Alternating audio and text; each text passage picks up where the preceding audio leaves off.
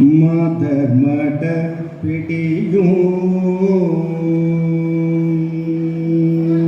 மாதர் மட பிடியும் மட அன்னமும் மன்னதோர் மாதர் மட பிடியும் மட அன்னமும் மன்னதோர் நடை உடை மலை மகள் நடை உடை மலை மகள் நடை உடை மலை மகள் நடை உடை மலை மகள் நடையுடை மலை மகள் நடையுடை மலை மகள் நடையுடை மலை மகள் தூண்ட என்ன மகிழ்வ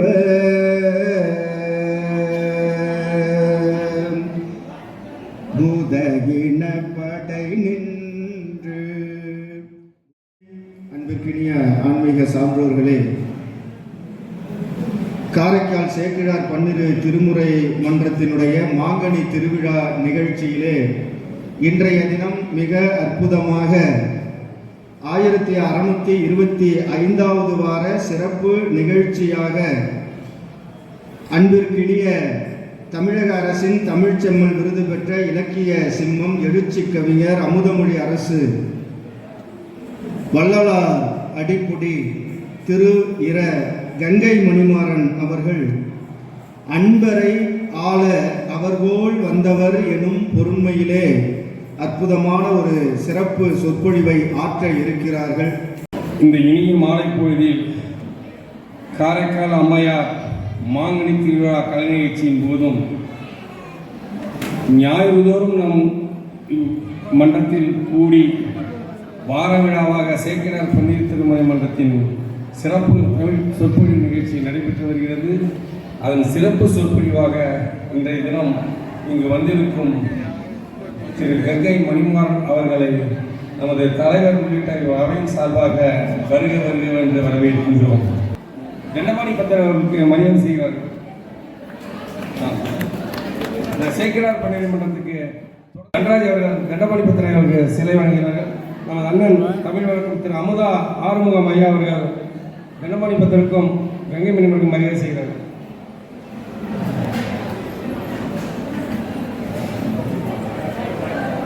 புத்துப்பிள்ளை திரு ரமேஷ் ஐயா அவர்கள் நமது இலக்கிய சிம்மம் கங்கை மணிமாறனுக்கு நன்றி செய்கிறார்கள்.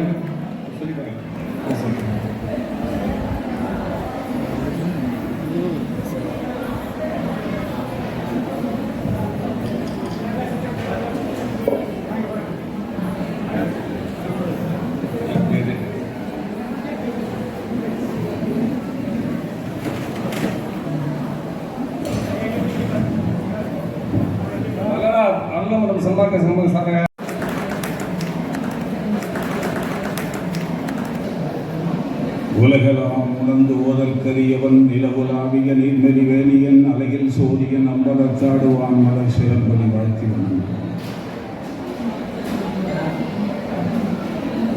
வானவன்கான் வானவர்க்கு மேலானான்கான் வடமொழியும் தென்தமிழும் மலைகள் நான்கும் ஆனவன்கான் ஆனைந்தும் ஆடினான்கான் ஐயன்கான் கையில் அனல் ஏந்தி ஆடும் காணவன்கான் காணவனுக்கு அருள் செய்தான்கான் கருதுவார் இதயத்து கமலத்து ஊரும் தேனவன்கான் செங்கடையா செல்வன்கான்கான் சிவனவன்கான் சிவபுரத்தன் செல்வன்கான்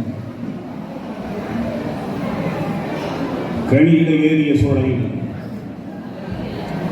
முற்றல் கழையிட ஏறிய சாரும் பனிமலர் ஏறிய தேனும் காய்ச்சு பாகிட ஏறிய சுவையும் நனி பசு பொழியும் பாலும் தென்னை நல்கிய குளிர் இள நீரும் இனியதை என்பேன் எனினும் தமிழை என் உயிர் என்பேன் கண்டி.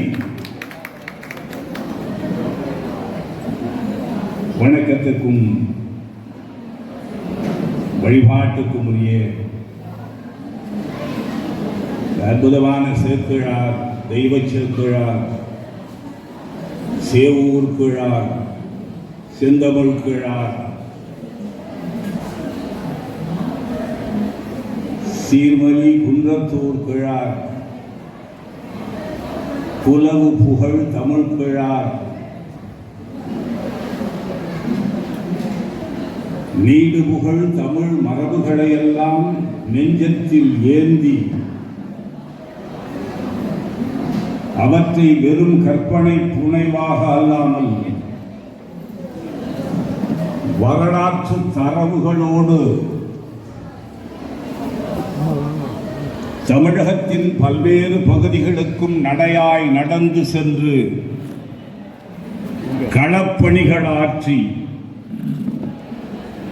கல்வெட்டுகளின் துணையையும் கொண்டு ஒரு சமய நூலாக இல்லாமல் சமுதாய நூலாக இல்லாமல் மாபெரும் தமிழருக்கு கிடைத்த முதல் வரலாற்று நூலாகவும் பெரிய புராணத்தை படைத்த சேக்கிழாரின் பெயரில் இருக்கிற பன்னிரு திருமுறை மன்றத்தினுடைய தலைவர் பெரும்புகழ் வாணர் புதுவை மாநிலமே கொண்டாடக்கூடிய புரட்சிகர சிந்தனைகளுக்கு சொந்தக்காரர்,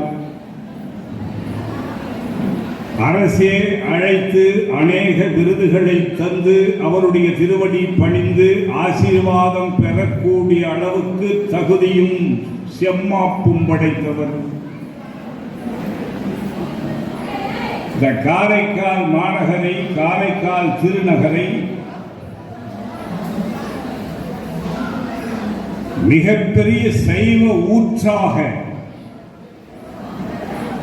தொட்டனை தூறும் அணற்கேணியை போல தோண்டும் தோறும் சைவ கருத்துக்களின் செம்மாந்த சிந்தனைகள் வரக்கூடிய மன்றமாக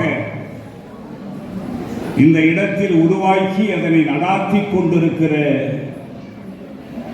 இன்னும் கமா கமா கமா போட்டுக்கொண்டே என்னால் ஒரு 10 நிமிடம் அவரை பற்றி சொல்ல இயலும். அத்தனை விருதுகளுக்கும் சீர்களுக்கும் தொண்டர் சீர் பரவுவார் என சொல்லக்கூடிய பெருமைக்கும் உரியவராக விளங்குகிறேன். நமக்கெல்லாம் ஞான தந்தையாராக விளங்குகிற கே. தண்டாயுதபாணி பத்தர் அவர்கள், நிர்வாக அதிகாரி ஐயா சுப்பிரமணியன் அவர்களே, ஆலய நிர்வாக அதிகாரி விநாயகமூர்த்தி அவர்களே, செயலாளர் சாமிதுரை அவர்களே, துணை செயலாளர் முருகைய ராஜேந்திரன் அவர்களே, பொருளாளர் பாலசுப்பிரமணியம் அவர்களே, மன்ற தொடர்பாளர் அண்ணாமலை அவர்களே, முன்னாலே எழுந்தருளி பெருமை செய்து கொண்டிருக்கிற இலக்கிய ஆர்வலர்கள், இலக்கிய காவலர்கள் என்று பல்வேறு முகங்களோடு இங்கே திகழ்ந்து கொண்டிருக்கிற பெருமக்களில் குறிப்பாக ஐயா இலக்கிய காவலர் அமுதா ஆறுமுகம் அவர்களே, ஐயா கோவில் ஆசைத்தம்பி அவர்களே, வந்தவுடனே எனக்கு இந்த ஞாயிற்றுக்கிழமையில் ஒரு வெள்ளி பரிசளித்த ஐயா ரமேஷ் அவர்களே, ஐயா கனகசேகரன் அவர்களே, ஏகாம்பரம் அவர்களே, அம்மா உமா அவர்களே,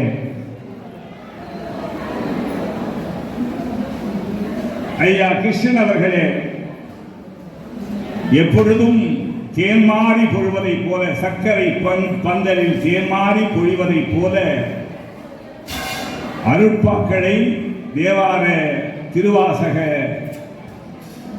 திருப்பண்புகளை எடுத்து வழங்கக்கூடிய ஆற்றல் படைத்த ஒவ்வொரு வாரமும் மக்களை இயக்கிக் கொண்டிருக்கிற பேராசிரியர் அசோக்குமார் அவர்களே, பேராசிரியர் பெருந்தகை ஐயா வள்ளல் பெருமானுடைய நெறியிலே ஊற்றம் கொண்டு நிற்கிற ஆற்றல் படைத்த தேவ சேனாதிபதி அவர்களே, ஐயா வேதாச்சலம் அவர்களே, இன்னும் இருக்கிற பெருமக்களே, தாய்மார்களே, அன்பர்களே, நண்பர்களே, உங்கள் அனைவரையும் முதற்கண் நாம் வணங்கி மகிழ்கிறோம்.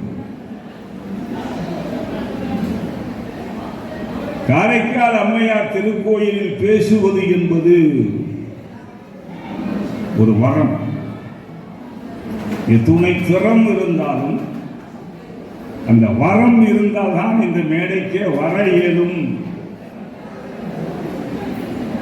எத்தனை மிகப்பெரிய செந்தமிழ் வாரிதிகள், இலக்கிய சாகரங்கள்,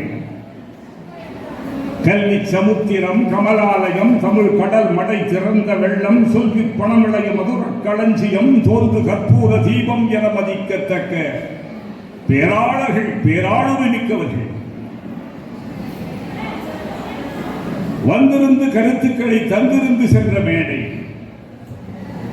இதை தொடர்ச்சியாக பேசக்கூடிய பெருவாய்ப்பையும் 16 பேர்களில் 17வது பேராக எனக்கு தொடர்ந்து வாய்ப்பு தந்து கொண்டிருக்கும் சேக்கிழார் பன்னிரு திருமுறை மன்றத்திற்கும் அதன் தலைவருக்கும் நல்ல நீங்க கைதட்டலாம். உடைய நன்றியினை மறுபடியும் நான் தெரிவித்துக் கொள்கிறேன். நன்றி மறப்பது நன்றி என்று நம்முடைய வானமதை பேசுகிற காரணத்தினால் பல இடங்களில் செல்கிறோம், பேசுகிறோம், பெறுகிறோம், வருகிறோம். ஆனாலும் சில இடங்கள் நம்முடைய நெஞ்சத்தில் மையமிட்டு நின்று கொண்டு பேசுவதற்கு முன்னும் பேசி முடித்த பின்னும் நமக்குள்ளே ஒரு அலைகளை ஏற்படுத்திக் கொண்டே இருக்கக்கூடிய அரங்கங்கள் சிலதான்.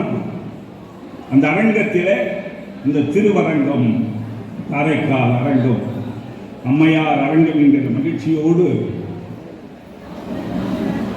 கொள்ளளவு படித்தவர்களா எதிரே வந்து அமர்ந்திருந்து என்னதான் பேசுகிறார் கேட்போம் என்பதாக இப்பொழுதும் முகபாவனைகளிலும் தங்களுடைய மெய்ப்பாடுகளின் மூலமாகவும் கருத்துக்களை அவ்வப்பொழுது மேடையில் ஒவ்வொரு மணித்துடியிலும் ஃபீட்பேக்காக எனக்கு தந்து கொண்டிருக்கக்கூடிய இந்த அவையை எப்பொழுதும் வணங்கி மகிழ்கிறவன் நான். நின்றாலும் இருந்தாலும் கிடந்தாலும் நடந்தாலும்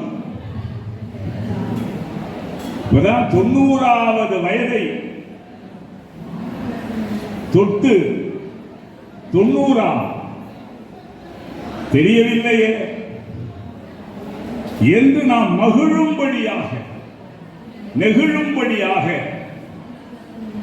நம்முடைய வயது, நம்முடைய உடல்நிலை, நம்முடைய போக்கு இவற்றை எண்ணி பார்க்கிற பொழுது 90 என்பது இறை அருள் மட்டுமல்ல, இறை அன்பர்களின் அருளாலும் அவருக்கு கிடைத்திருக்கிற ஆயுள். இது இன்னும் நீளும் நீளும் என்று உங்கள் சார்பில் முதற்கண் வாழ்த்துகிறேன். அவருக்கு இங்கே நடைபெற்ற விழாக்கள், விஸ்வகர்மாக்கள் நடத்திய விழாக்கள், அரசு நடத்திய விழாக்கள், கலைஞர்கள் நடத்திய விழாக்கள், எல்லாவற்றையும் நான் முகநூல் வழியாகவும் வாட்ஸ்அப் வழியாகவும் புலனத்தின் வழியாகவும் பார்த்து கொண்டே இருக்கிறேன். அவ்வப்பொழுது தம்பி பரமசிவம் அவர்களோடு தொடர்பு கொண்டு என் மகிழ்ச்சியை தெரிவித்துக் கொண்டிருக்கிறேன். ஒரு 4-5 நிமிடங்கள் இதில் போனாலும் கூட பரவாயில்லை. எவ்வளவு பெரிய பணி, எவ்வளவு பெரிய தொண்டு. தொடர்ந்து அதை தன் மேலே ஒரு துண்டு மாதிரி அந்த தொண்டையும் போட்டுக்கொண்டு, துண்டு மாதிரி தொண்டையும் போட்டுக்கொண்டு நின்றாலும் இருந்தாலும் கிடந்தாலும் நடந்தாலும் மென்றாலும் துயின்றாலும் இமைத்தாலும் முகழ்காலம் எப்பொழுதும் அன்றாடும் ஈசனுடைய மலர் பாதங்களை வணங்குவதே எம்முடைய வேலை, வேலை வணங்குவதே எமக்கு வேலை என்று சொன்னானே பாரதி புலவன். அதை போல அந்த பணியை தன்மேல் போட்டு செயல்படுகின்ற ஒரு பெருமை, எதையும் காட்டிக்கொள்ளாத பெருமிதம் அவனுக்கு உண்டு. திருவாசகத்திற்கு உருகார், ஒரு வாசகத்திற்கு உருகார் என்பார்களே, அந்த மாணிக்க வாசக பெருந்தகை சொல்வான், இறைவா என்னை அறைகூவி ஆட்கொண்டவன் அல்லவா நீ.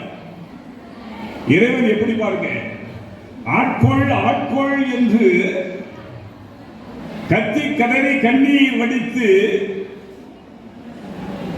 வினையேல் உன்னை அழுதால் பெறலாமே என்று அழுது துடித்து பெறுகிறவர்களுக்கு முன்னால் அவனே வந்து ஆட்கொண்டான், அறைகூவி ஆட்கொண்டான். அந்த மணிவாசகர் பெருமான் சொல்வார், இறைவா என் உடம்பு ஊன் உடம்பாக இருந்தது, உன்னுடைய இந்த கருணை கிடைத்த பிறகு என் உடம்பு தேன் உடம்பாக மாறிவிட்டது. அழகான சொல்லாட்சி பாருங்கள். தேவாரம், திருவாசகம், சேக்கிழாருடைய பெரிய புராணம் இவற்றுக்குள்ளெல்லாம் புகுந்து புகுந்து பொருள் தெரிகிறதோ இல்லையோ, அந்த செய்யுள்களை நாம் படிக்க தொடங்கினால் நமக்கு புதிய புதிய சொல்லாட்சிகள் கிடைக்கும், சொற்கள் கிடைக்கும். இவ்வளவு அழகான சொற்களா? அகராதியை தேடி பிடித்தால் கூட அவை நமக்கு கிடைக்காது. அப்படிப்பட்ட சொல்லாட்சிகள் கிடைக்கும். இந்த உடம்பை தேர் உடம்பாக மாற்றிவிட்டாயே. அப்படிதான் அது ஊன் உடம்பு அல்ல, தேர் உடம்பாக மாறி இருக்க. ஒன்று கண்டாய் இவ்வுலகுக்கு ஒரு கனி. திருமூலர் சொல்றார், இந்த உலகத்திலே நான் ஒரு கனியை கண்டிருக்கிறேன். ஒன்று கண்டாய் உலகத்திற்கு ஒரு கனி. அது என்ன கனி? நன்கு கண்டாய் அது நமச்சிவாய கனி. ஒன்று கண்டாய் இந்த உலகத்துக்கு ஒரு கனி. நான் சொல்கிறேன், அந்த கனி எது தெரியுமா? நன்கு கண்டாய் அது நமச்சிவாய என்கிற கனி. மென்று கண்டால் மெத்தென்றிருக்கும். அதை மென்று கண்டால் மெத்தென்றிருக்கும். அப்படின்னா என்ன? வாயில போட்டு அந்த நமச்சிவாய மந்திரத்தை சிவாய நம என சிந்தித்து இருப்போர்க்கு அபாயம் ஒரு நாடு. அந்த சிவாய மந்திரத்தை செப்பி செப்பி உள்ளே அசை போட்டு நமச்சிவாய நமச்சிவாய நாதம் நாமம் நமச்சிவாயவே. சில பெரியவர்களை நான் பார்த்திருக்கிறேன். வைணவ பெரியார்களும் சென்னையிலே ஒரு வைணவ பெரியார் வைணவத்தை எழுத்தண்ணி படித்து கரைத்து குடித்து அந்த ஆழ்வார் ஒருவர் உண்டென்றால் அப்படி ஒரு மனிதர் தலைநகரம் சென்னையில் இருக்கிறார். ஏதாவது ஒரு நல்ல செய்தி சொன்னால் உடனே ஒரு வாயிலிருந்து நாராயணா நாராயணா நாராயணா நாராயணா அனிச்சை செயல்.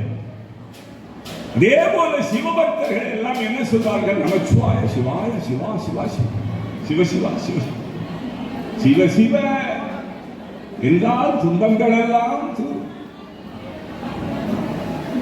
அப்படி நன்கு கண்டாய் ஒரு கனி நமச்சிவாய கனி. அதை நின்று கண்டால் மெத்தென்றிருப்பது. தின்று கண்டால் அதை போட்டு அப்படியே மனசுக்குள்ள போட்டு கண்ணை மூடிக்கொண்டு அந்த தியானத்திலே இருந்தாலே அது மெத்து இருக்கும். மனசு ஒரு மாதிரியா பண்ணும். அதை தின்று உணர்ந்து தின்று கண்டால் தான் அதை உள்வாங்கி கொண்டு உணர்ந்து அதனுடைய இன்பத்தை உணர்ந்து கண்டால் அது தித்தித்திருக்கும் தான் அன்றே. இந்த காலம் அது தித்திப்பாகவே இருக்கக்கூடிய கனி நமச்சிவாய கனி. இந்த நமச்சிவாய கனியை ஒவ்வொரு வாரமும் நீங்கள் சுவைக்கிறீர்களா இல்லையா? ஒவ்வொரு வாரம் மறக்க முடியுதா? மணிவாசகர் சொல்வார், மறந்தேயும் இறைவா. அவருக்கு என்ன கேட்கிறார் பாருங்க ஆண்டவன். இறைவா, நான் மறந்தும் கூட உன் கடலை மறவா வண்ணம் எனக்கு நல்கினார். மறந்து கூட உணராம சொல்ல மறந்தும் கூட நான் உன்னை மறக்காத வண்ணம் மின் கடல் எனக்கு தந்தாய். அந்த திறம் பாடி தெள்ளேனும் கொட்டாமோ. அழகு பாருங்க. மறந்தும் கூட உன்னை மறக்காமல் நான் இருந்தேன்னு சொல்லல. மறந்தும் கூட மறந்தேயும் உன்னை மறக்காமல் இருக்கும் வண்ணமாக நீ எனக்கு அருள் புரிந்தாய். அவன் அருளாலே அவன் தாயை வணங்கி எல்லாம் இந்த இடத்துல இந்த நாள்ல உட்கார்ந்தோம்னா எல்லாரும் உட்கார முடியாது. எல்லாரும் உட்கார்ந்தாலே அரங்கம் இடமும் இருக்காது. அது நமக்கு பிரச்சனை இல்லை. ஆனால் இங்கே அமர்ந்து ஒவ்வொரு ஞாயிற்றுக்கிழமையும் கேட்பது, ஆண்டு விழாக்களில் கேட்பது என்பது ஒரு கொடுப்பினை இருந்தால் ஒழிய இந்த அரங்கத்திலே உள்ளே உட்கார்ந்து கைகட்டி கேட்க முடியாது. அவ மறந்தேயும் உன்னுடைய கடல் மறவா வண்ணம் எனக்கு நீ அருள் செய்தாய். ஞானசம்பந்தர் என்ன கேட்கிறார்? துஞ்சல் இல்லாத போதும், தூக்கத்திலும் தூக்கம் இல்லாத போதும் உன்னை நான் என்ன செய்யணும்? நெஞ்சகம் நைந்து நினைந்து உருகவன். தூக்கத்திலே கூட நான் உன்னை நினைக்க வேண்டும். துஞ்சல் இல்லாத போதும் நெஞ்சகம் நைந்து இறைவனை துதிக்க வேண்டும் என்று ஞானசம்பந்த பெருமான் பேசுகிறார். இதுல ஒரு அழகு பாருங்க.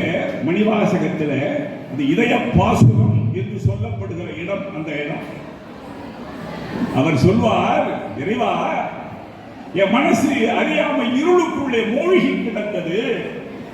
அந்த இருளில் இருந்து நீ வந்து கொடுத்த தரிசனம் ஞாயிற்றினுடைய பேரொளியாக எனக்குள்ளே புகுந்தது. உள்ளே அறியாம இருள் அப்பி கிடந்தது. உன்னுடைய பிரவேசம் இருக்குல்ல, அந்த பிரவேசம் ஞாயிற்றின் ஒளி போல வந்து அந்த இருளை எனக்கு அகற்றியது. அந்த தருணத்தில் இருந்து நான் எப்படி இருக்கிறேன் தெரியுமா? உன்னை நினைப்பு அற நினைந்தேன். இந்த ரெண்டு சொற்கள் மிக ஆழமான சொற்கள். நினைப்பு அற நினைந்தேன். உன்னை நான் எப்படி நினைஞ்சேன் தெரியுமா? திடீர்னு நம்ம பார்ப்போம், ஐயோ இப்பதான் உங்களை நினைச்சேன், வந்துட்டீங்க. ஒரு போன் வரும், இப்பதான் உங்களை நினைச்சேன், போன் பண்றீங்க, ஆயுசு 100 சொல்றமா இல்லையா? அப்ப மறந்திருந்தோம், திடீர்னு நினைச்சோம்னு அர்த்தம் அதுக்கு பொருள். ஆனா மணிவாசகர் என்ன சொல்றார்? இறைவா, உன்னை நினைப்பதற்கே எனக்கு நேரம் கிடையாது, வாய்ப்பு இல்லை. நான் நினைக்கவே இல்லை உன்னை. இது சொல்லும் போதே நமக்கு வள்ளுவ பெருந்தகை என்கிற திருக்குறள் ஒன்று நினைவுக்கு வருகிறது. சின்னஞ்சிறிய 2 அடிகள் உலக சிறப்பு பெற்ற முப்பிரிவுகள், முப்பிரிவில் சிறந்தது எப்பிரிவு வந்து பிரித்து ஏற்றம் காணவியலா திருக்குறளை தந்த தெய்வ புலவன் திருவள்ளுவன் இந்த உலகத்தினுடைய சுற்றளவே 1.25 அடிதான் என்று காட்டியவன். இந்த வள்ளுவன் காமத்துப்பாலிலே சொல்லுகிறான், தலைவன் பேசுகிறான், நான் உன்னை நினைப்பேன் உள்ளுவன் மண்யான். உன்னை நினைப்பேன். எப்போ? மறந்தாதானே நினைப்பேன். நான் உன்னை நினைக்கவே இல்லை. ஏன் நினைக்கல அப்படின்னா, உள்ளுவன் மண்யான் மறப்பின். உன்னை மறந்தால் அல்லவா நான் நினைப்பதற்கு. நான் உன்னை நினைக்கிறேன் என்று சொன்னாலே தப்பு. இப்பதான் நினைச்சேன்னா என்ன அர்த்தம்? இத்தனை வருஷமே நினைக்கவே இல்லைன்னு அர்த்தம். நினைச்சேன் 10 வருஷமாச்சு, இன்னைக்கு தான் நினைச்சேன். நான் 10 வருஷமா நினைக்காம இன்னைக்கு நினைச்சியா? உள்ளுவன் மண்யான் மறப்பின். மறப்பறியேன். உன்னை நான் மறப்பு என்பதே இல்லை. உள்ளவர் கண்ணாள் குணம் என்று எழுதுவான் காமத்துப்பால். அப்போ இவர் என்ன சொல்கிறார்? நினைப்பு அற நினைந்த. நினைப்பு என்கிற சொல்லுக்கே இடம் இல்லாதபடியாக உன்னை எந்த கணமும் நான் நினைத்துக் கொண்டே இருக்கிறேன் இறைவா என்று மணிவாசகர் பேசுகிறார். இந்த கருத்துக்களை எல்லாம் அள்ளி எடுத்து வாரம் ஆரவாரம் இல்லாத ஆன்மீக வாரம் என்று கொண்டாடுகிறீர்களே. வாரம் ஆரவாரம் இல்லாத ஆன்மீக வாரம், அமைதியான ஆன்மீக வாரம் நடத்தி இந்த காதுகள் செவிகள் பெற்ற பயன். கவி சக்கரவர்த்தி கம்பன் சொல்வான், செவி நுகர் கனிகள்.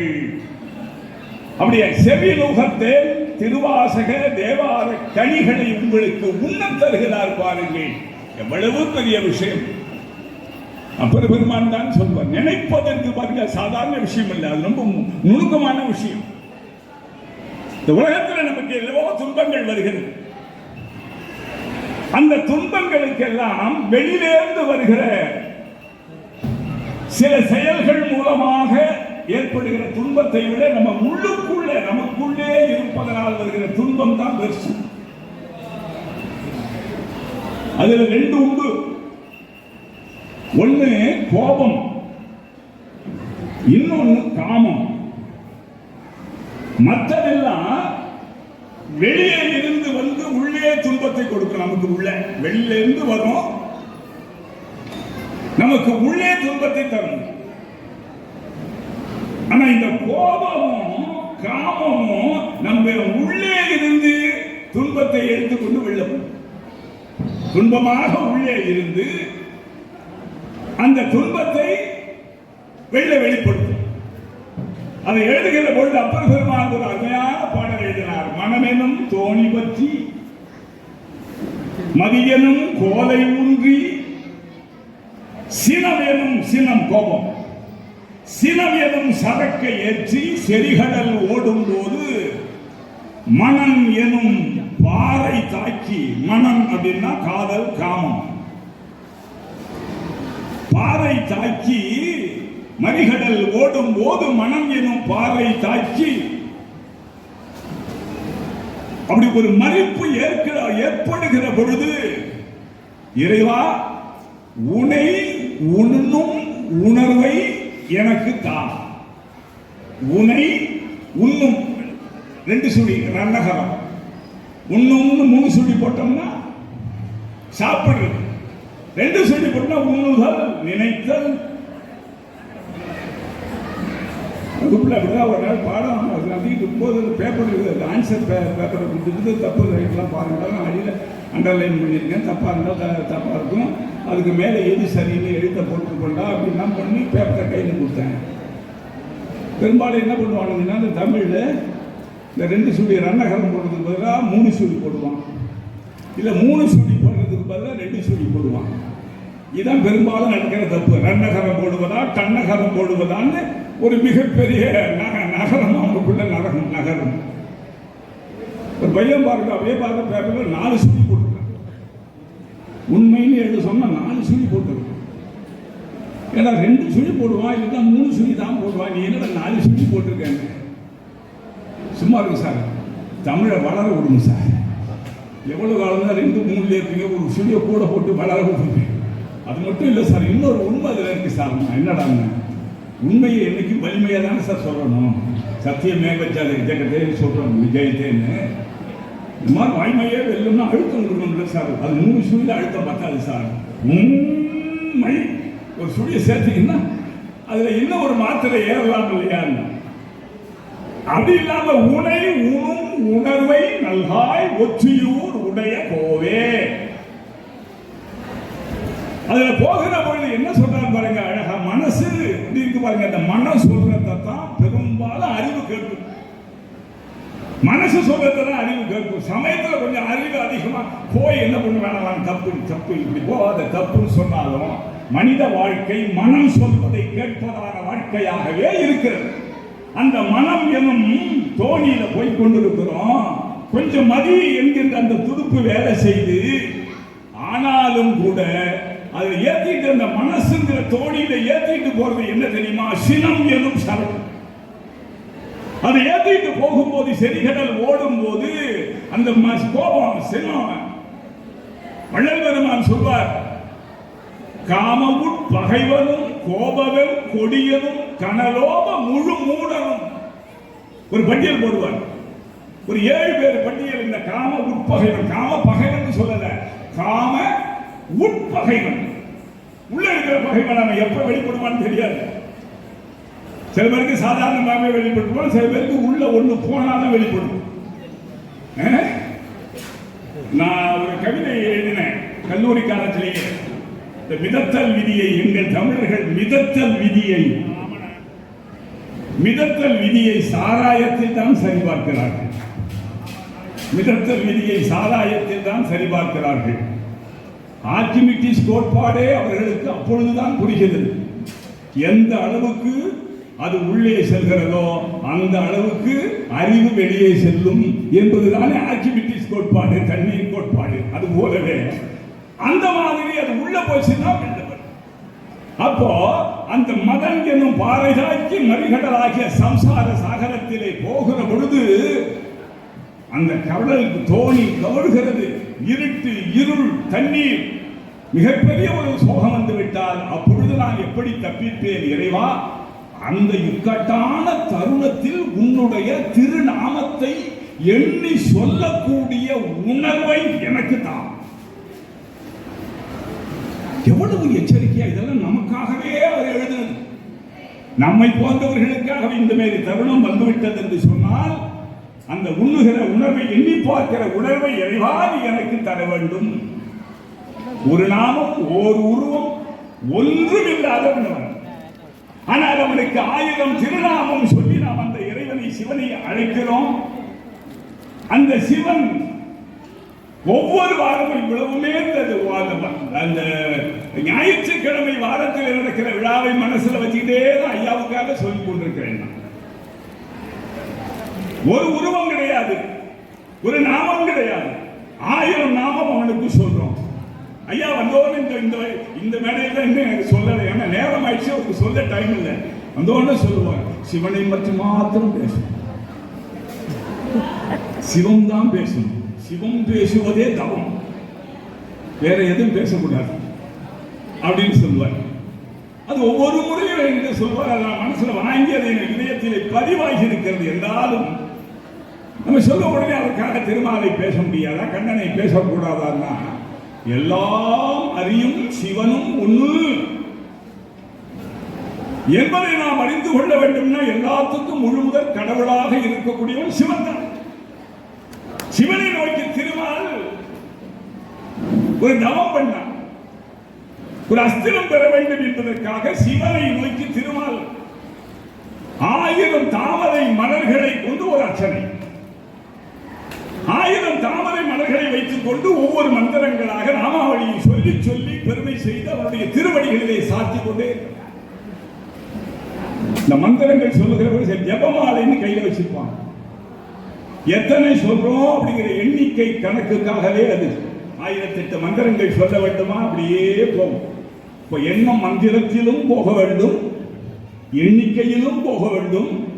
அந்த மனம் அவ்வளவு அது ஒன்றி போய் இருக்க வேண்டும். அதான் உண்மையான பக்தி என்பதை நாம் உணர்ந்து கொள்வதற்காகவே இந்த சம்பவங்களை எல்லாம் மனசுல நம்ம ஆசை போடணும். அப்படி மலர்களை வைத்து அர்ச்சனை செய்து கொண்டே இருக்கிறான். 999 மலர் போட்டாச்சு. கண்ணை மூடிக்கொண்டே ஒவ்வொன்றாக போட்டு மந்திரங்களை சொல்லிக் கொண்டிருக்கிறான். 1000 மலர்களை கொண்டு அர்ச்சிக்க வேண்டுமே, ஒரு மலர் இல்லையே. உண்மையான உழைப்புடைய பக்திக்கும் நம்மள மாதிரி உள்ளவர்களின் பக்திக்கும் அதான் வித்தியாசம்.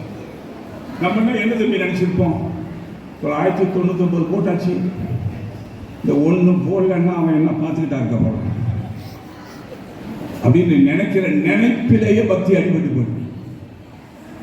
ஒண்ணு குறைஞ்சா அவன் என்ன பார்த்துக்கிட்டா இருக்க போறான் அப்படின்னா, எங்கும் இருக்கிறான் சாணினும் உளம், தூணினும் உளம், துரும்பிலும் உளம், அணுவினை சதகூறு இட்ட கோணிலும் உளம்.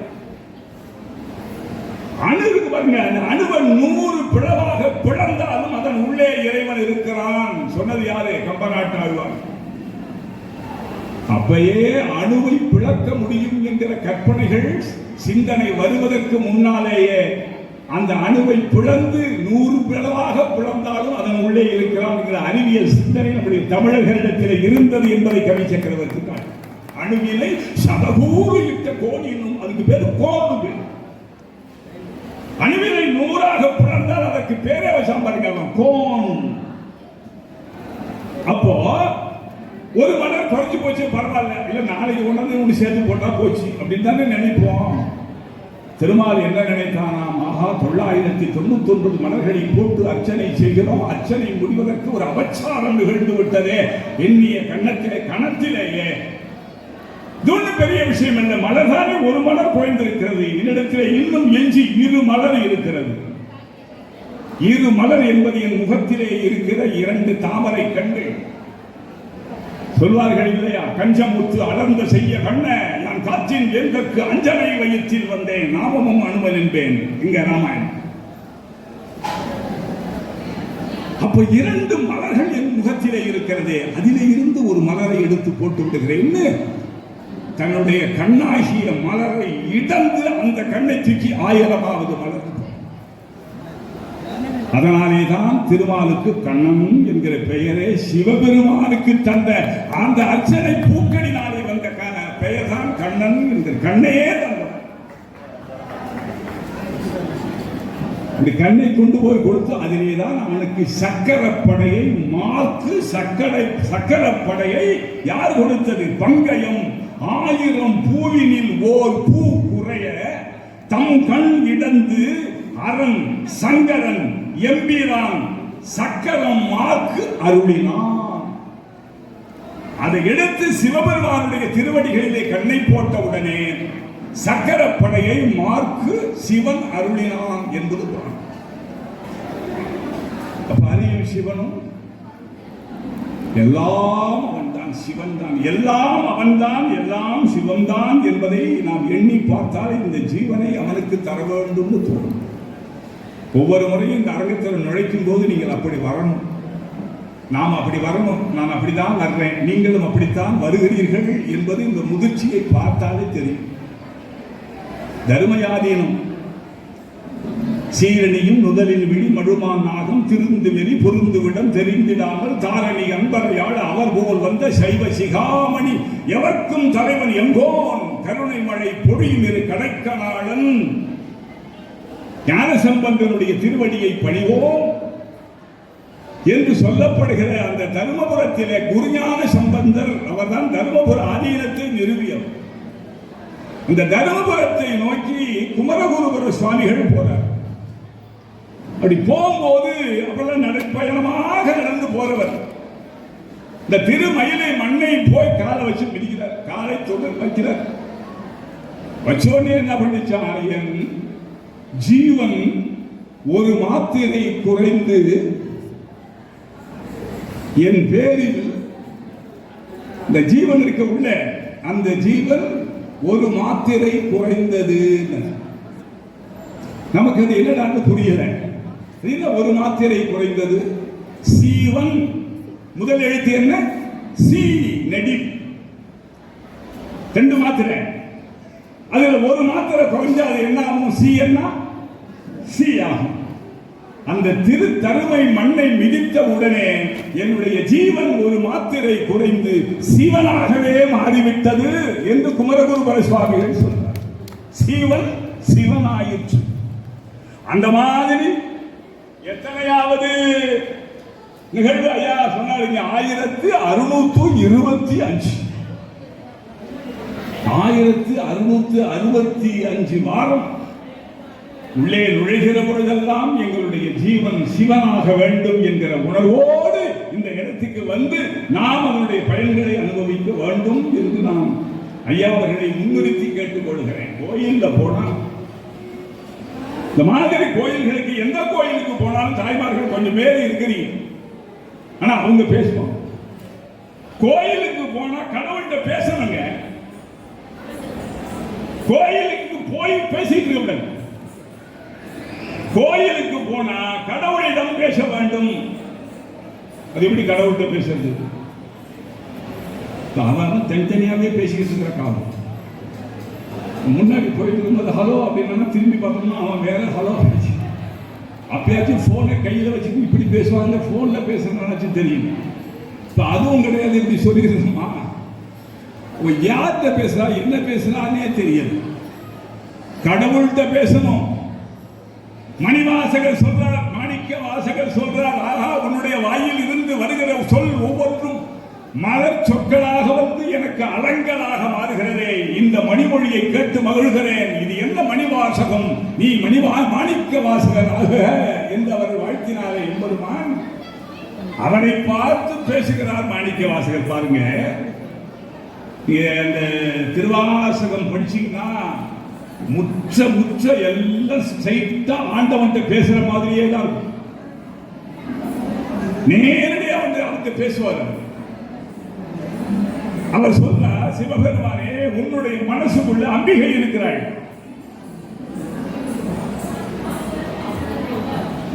உன் மனசுக்குள்ளே அம்பிகை இருக்கிறாள்.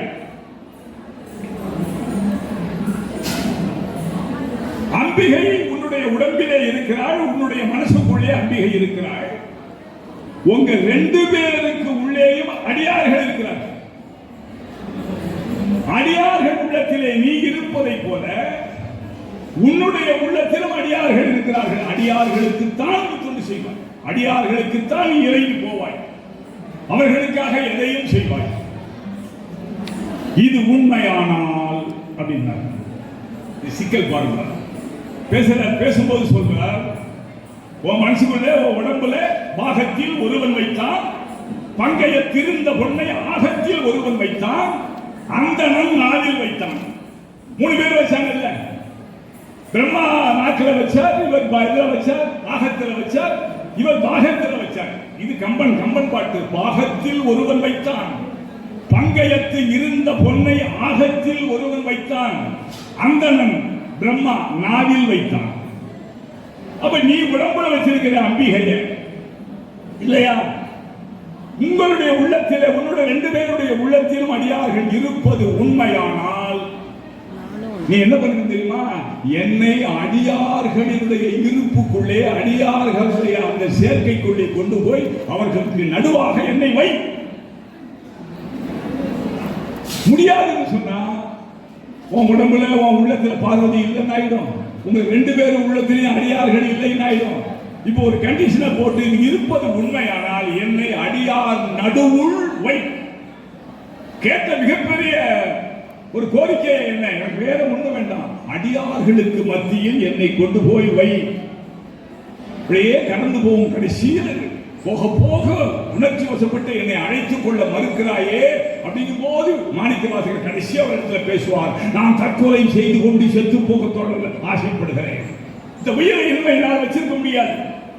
இந்த நெக்குருகி இந்த உள்ளத்தை நான் உருக்கி வச்சிருக்கிறேன். ஆன்ம உருக்கத்தோடு உன்னை நோக்கி போகிறேன். ஆன்ம உருக்கம் வேண்டும் வழிபாட்டுக்கு என்று சொல்வார்கள்.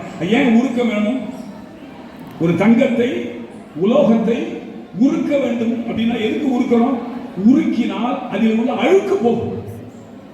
தங்கத்தை உருக்கினால் அதில் உள்ள அழுக்கு போகும். உலோகத்தை உருக்கினால் அதில் உள்ள அழுக்கு போகும். உள்ளத்தை உருக்கினால் அதன் உள்ளே இருக்கிற அழுக்குகள் போகும்.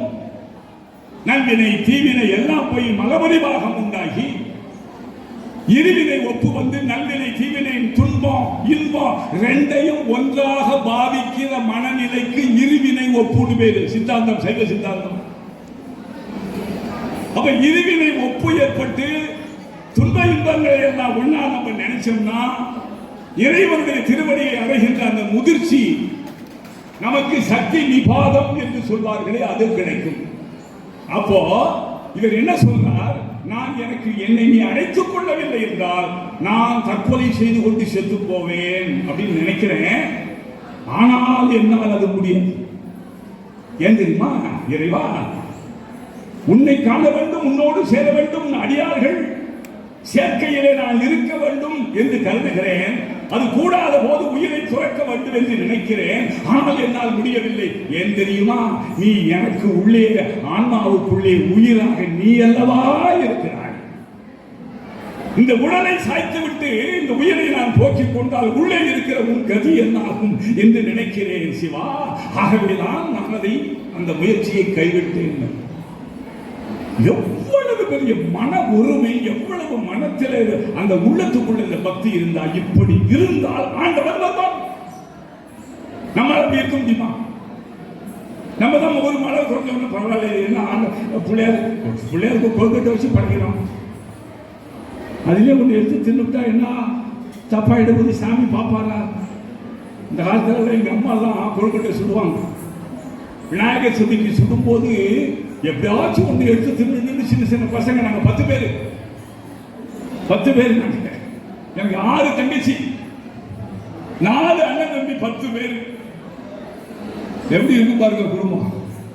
இப்போ ஒன்னே ஒண்ணு, கண்ணே கண்ணு, அது கூட இல்லை, வேண்டாம் கண்ணு, நாமே குழந்தை, நமக்கே குழந்தை, ஒரு மடியில் ஒரு அடி அப்படின்னு போயிடலாமான்னு காலம் மாறி போச்சு இப்போ. ஆனா 10 பேர். அப்ப போய் ஒரு கொழுக்கட்டை எடுக்கணும்னா எங்க அம்மா சொல்லுவோம், கொழுக்கட்டை எடுத்துனா கோழி வந்து குத்திடும், நாயகனுக்கு படைக்காம சாப்பிட்டா கோழி வந்து கண்ணை குத்திடும். அப்பெல்லாம் கோழி எல்லாம் உண்டு. 10 கோழி இருக்கும், 10 ஆடு இருக்கும். அப்பெல்லாம் கோழி இருக்கும், ஆடு இருக்கும், மாடு இருக்கும், வாழை மரம் இருக்கும், தென்னை மரம் இருக்கும், முருங்கை மரம் இருக்கும். இதெல்லாம் இருந்தாதான் அது குடும்பம். இதெல்லாம் இருந்தாதான் குடும்பம். அப்பா இருப்பார், சித்தப்பா இருப்பார், பெரியப்பா இருப்பார், மாமா இருப்பாங்க, அத்தை இருப்பாங்க, தாத்தா இருப்பாங்க, பாட்டி இருப்பாங்க. இதெல்லாம் இருந்தாலும் குடும்பம். இப்ப எத்தனை பேர் இருக்கீங்கன்னா, நான், என் பொண்டாட்டி, அப்புறம் என் பொண்டாட்டி, நான், என் பொண்டாட்டி, நான். இதேதான், இதுக்கு மேல இல்லை. குடும்பம்னா எவ்வளவு அழகா இருந்துச்சு பாருங்களேன். அப்போ அங்கு கொத்துமா. ஆனா இப்ப எங்க வீட்டுல எல்லாம் சேவல் இல்ல, கோழி இல்ல. ஆனா எங்க வீட்டு வாசல்லையே, எங்க வீட்டு கொல்லையிலும் இப்ப மயிலாடுதுறைன்னு எப்படி பேர் வச்சானே தெரியலையேன்னு நினைச்சதெல்லாம் இப்ப தினமும் காலைல எழுந்த உடனே வெறும் மயில்களை மட்டுமே எங்களுடைய கிராமங்களில் நாங்கள் பார்த்து கொண்டிருக்கிறோம். வெறும் மயில். அப்ப மயிலாடுதுறை பூவார் சோலை மயிலாட புரிந்து குயில்கள் இசைவாட காவிரி பெண்ணும் நடைபோட என்று வாழ்ந்த பூம்புகார் காலம் நம்ம கண்ணு முன்னாலே விரிகிறது. அப்போ கோழி கொத்திடும் ஓடிடுவோம், நாங்கள் பயந்துட்டு ஓடிடுவோம். அப்படி அம்மா அந்தாண்ட போச்சு. அப்படியே அப்படி எடுக்க போனா இங்கேருந்து அப்பா வந்துட்டே கோழி கொத்திடுண்டா, கொத்தாது பையன். நாங்க என் தங்கச்சி சொல்லுங்க கொத்தாது. ஏன் கொத்தாதுன்னு சொல்றேன், ஏற்கனவே நான் 2 எடுத்து தின்னுட்டு அம்மாவுக்கு தெரியாம என் கண்ணை கொத்தல. அப்போ அந்த மாதிரி மனசுல ஒரு போனா என்ன அப்படின்னு நினைக்காம அதை என்ன அவன் பார்த்து கொண்டிருக்கிற போகிறான் நினைவு வருகிற பொழுதே அந்த பக்தி அடிபட்டு போய்விடுகிறது. என் உள்ளே நீ இருக்கிறாய். வள்ளலார் சொல்வார் இறைவனை பார்த்து, இறைவா ஸ்ரீரிடம் எழுமோ திருச்சிற்றம்பலத்தே திகழ்தனி தந்தையே நின்பால் சேரிடம் அறிந்து நான் சேர்ந்துட்டேன். உங்ககிட்ட கருணை செய்து அருள் செய், எனக்கு கருணை பண்ணு, எனக்கு நீ உதவி பண்ண அருள் செய். செய்திட தாழ்ச்சியில் பேசுறார் பார்ப்போம். கோயிலுக்கு போன பேசணும். வள்ளலார் மாணிக்க வாசகர் பேசினார், வள்ளலார் பேசினார். மாணிக்க வாசகர் எல்லாம் பேசியதைத்தான் வள்ளலார் பேசினார். வான் கலந்த மாணிக்க வாசகனின் வாசகத்தை நான் கலந்து பாடுங்கள் நற்கருப்பன் சாற்றினிலே தேன் கலந்து பால் கலந்து செடுக்கணி தீ சுவை கலந்து ஊன் கலந்து உயிர் கலந்து ஒட்டாமல் இருப்பது வேட்பாண்டல்ல. வாட்டமில்லா மாணிக்க வாசகனின் வாசகத்தை கேட்ட பொழுது அங்கிருந்த கீழ்ப்பறவை ஜாதிகளும் மயங்கி விழுந்துச்சு. அப்பான்னு மணிவாசகரை பற்றி வள்ளலார் பேசினார். வள்ளலார் சொல்றார் நீ எனக்கு அருள் செய். கோயில போய் பேசுற அருள் செய்து அருள். அப்படி அருள் செய்ய தாழ்க்கில் நீ அப்படி அருள் செய்வதற்கு தாமதம் செய்தால் யாரிடம் புகுவேன்? நான் எங்க போவேன்? யார் துணை என்பேன்? யாருக்கு என் குறை எடுத்து அந்த குறையை அவர்களுக்கு இசைப்பேன்? என் குறையை போய் சொல்ல முடியுமா? யாருக்கும் உங்ககிட்ட தான் சொல்றேன். ஒண்ணு தெரியல, கோயிலுக்கு போய் இந்த மாதிரி ஆண்டவன்கிட்ட பேசி நம்ம குறைகளை ஆண்டவங்கிட்ட தான் சொல்லணும், அம்பாள்கிட்ட தான் சொல்லணும், முருகன்கிட்ட தான் சொல்லணும், விநாயகர்கிட்ட தான் சொல்ல முடியும். நம்ம மனுஷன்கிட்ட சொல்லக்கூடாது. நம்ம கஷ்டத்தை அவன்கிட்ட சொல்லணும். பழைய படித்தான், நல்லா வருமானமாக நினைச்சேன், மெட்ராஸு போனான், சேர்க்க சரியில்லை. சரியில்லை, ஒரு கால் கட்டு போட்டால் நல்லா இருக்குன்னு ஊரில் உள்ள பொம்பளை எல்லாம் சொல்லிச்சுன்னு ஒரு கால் கட்டை போட்டேன். வீட்டு பக்கமே பயம் வர்றதில்லை. சம்பளம் அப்பப்போ அனுப்புவான்னு முதல்லையாச்சும் அனுப்பிச்சுட்டு இருந்தான். இப்போ நான் அவனுக்கு அனுப்ப வேண்டியதாக இருக்கு. இவ்வளவு கஷ்டப்படுறேன் அப்படின்னு போய் ஒரு ஆளுகிட்ட சொல்லுங்களேன், அவன் முகம்லாம் மலர்ச்சி ஆகிடும். ஊரில் பல பேர் அப்படி இருக்கான், ஒரு குறிப்பிட்ட பர்சன்டேஜ். அதனால பார்த்தேன், இப்படி நடக்கும்னு எனக்கு தெரியும்டா அப்படின்னு சந்தோஷப்படுவான் மனுஷன். மனுஷன்கிட்ட குறை சொல்லாத. ஒரு சமயம் எதிர் வீட்டுக்காரன் சந்தோஷமா இருக்கணும்னு நீ நினைச்சா உன் கஷ்டத்தை பூரா சொல்லு. சந்தோஷமா அப்பா இப்பதான் நிம்மதியா இருக்கு எனக்கு, நீ இப்ப பாடுபடுறியா, இந்த பாடுபடுறியா? ஆக கஷ்டத்தை எங்க சொல்லணும்? இறைவனிடத்திலே சொல்லு, இறைவனிடத்திலே சொல்லு. மகாபாரத போர் நடக்குது, விழுந்து கிடக்கிறான். விழுந்து கிடக்கின்ற பொழுது எங்கே குத்திதேவி, எங்கே குத்திதேவி, எங்கேன்னு குத்திதேவியை தேடிக்கொண்டு கணவர் மத்மா வர்றான். வந்தோட ஓடி போய் அவருடைய கால்களில் விழுகிறான். தேங்கிற எடுத்து அணைக்கிறான். கர்ணன் மாண்டு போன நிலம் சென்று போச்சு. இருதிறப்பும் எல்லாரும் புதல்வர்கள் மாண்டு போய் விட்டார்களே அப்படின்னு அழுகிறான் கண்ணன். அப்படி அழுது கொண்டிருக்கிற பொழுது, நான் இதுவரைக்கும் உனக்கு நல்லது செய்ய ஏதாச்சும் வரம் இருந்தா கேள் என்று சொன்ன உடனே குந்தி தேவி கேட்டாளா, அப்பா நீ எனக்கு இதுவரைக்கும் கொடுத்த கஷ்டங்கள் எல்லாம் போதாது, இதற்கு பிறகு எனக்கு கஷ்டத்தை கொடுத்தான். என்னம்மா கஷ்டத்தை எல்லாம் கொடுத்து உன்னை துன்பப்படுத்தி விட்டேனே, என்றல்லவா நான் வரம் கொடுக்க வந்தேன், மீண்டும் கஷ்டங்களை தர வேண்டும் என்று கேட்கிறாயே தாயே, இது என்ன? ஆமாப்பா, நீ கஷ்டங்கள் எப்பொழுதெல்லாம் எனக்கு வருகிறதோ அப்பொழுதெல்லாம் தான் நான் கண்ணா கண்ணா என்று உன்னை நினைக்கிறேன். நான் தொடர்ந்து உன்னை நினைக்க வேண்டும் என்றால் எனக்கு கஷ்டங்களையே கொடுத்து கேட்கிறேன். அப்படி நம்ம பக்கத்து வீடு, ஏற்ற வீடு, அடுத்த வீடு அவன் சந்தோஷமா இருக்கணும்னா நம்ம கஷ்டத்தை கூட சொல்லணும்.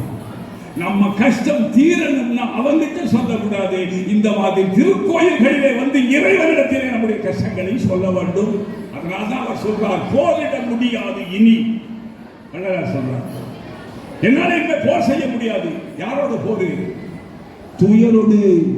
எனக்கு ஏற்பட்டு இருக்கிற துயரங்கள் இருக்குல்ல, இந்த துயரங்களோடு நான் சண்டை போட்டு செத்து போச்சு. போரிட முடியாது இனி.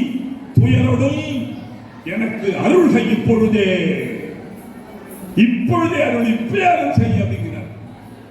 கடவுள்கிட்ட போய் பேசணும், கடவுள்கிட்ட குறையே சொல்லணும். அப்பதான் நம்முடைய வினைகள் கர்மாக்கள் எல்லாம் கழி செயல்பட்டு அழிந்தது. செந்தூர் வயல் பொழில் தேன் கடம்பின் மால்பட்டு அழிந்தது மங்கையருடைய மனம். வேல்பட்டு அழிந்தது சூரையும் வெற்பும் வேலும். முதுகனுடைய வேல்பட்டு அழிந்தது என் தலைமையில் இருந்த அயன் கையெழுத்தே. அருணகிரியார் சொன்னார். முருகப்பெருமானை நம்பினேன், அவருடைய வேல் சூரனை அழித்தது. அவருடைய கால் என் தலைமையில வச்சான். இந்த தலையில தானே பிரம்மா எழுதியிருக்கான்னு சொல்றோம். தலையில அதான் எழுதியிருக்கான். இப்படிதான் நடக்கும் அப்படின்னு சொல்லியே இந்த நாட்டை கெடுத்தவர்கள் தலையில வந்து அப்படி எழுதி வச்சிருக்காங்க. உன் தலையெழுத்து இருக்கு பாருங்க, அந்த தலையெழுத்தை யார் கழித்தது தெரியுமா? அந்த முருகப்பெருமானுடைய கால் பட்டு பிரம்மாவினுடைய கை எழுத்துது அழிந்தது. இந்த கால் கைய பாருங்க, பட்டது காலு. காலை தூக்கி வச்சு கையால போட்ட அந்த விதியை மாற்றி எழுதினான் முருகப்பெருமான் என்று கந்தர் அலங்காரத்திலே அருணகிரியார் பேசுவார். அப்படி அழிக்கக்கூடியது சிவம், நல்லதை செய்யக்கூடியது சிவம். சிவசக்தி தானே முருகப்பெருமான். தோகை மேல் உலவும் கந்தம் சுடக்கரத்திருக்கும் வெற்றி வாகையை சூடும் வேலை வணங்குதல் நமக்கு மேல்.